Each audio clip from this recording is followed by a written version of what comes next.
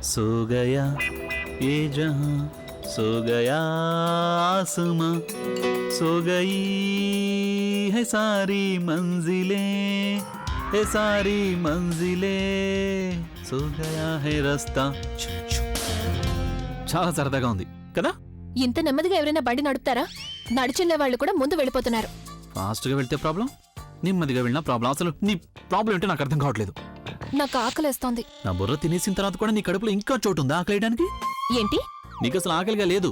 నాకు తెలుసు నువ్వు 5 స్టార్ హోటల్కి వెళ్ళడానికి చాలా ఆతృతగా ఉన్నావని. అందుకే నన్ను ఫాస్ట్గా వెళ్ళని చెప్తున్నావు కదా. 5 స్టార్ హోటల్ అంటే ఆకలితోనే ఉండాలన్నమాట. ఓ అయితే నీకు 7 స్టార్లో తినాలనుందా?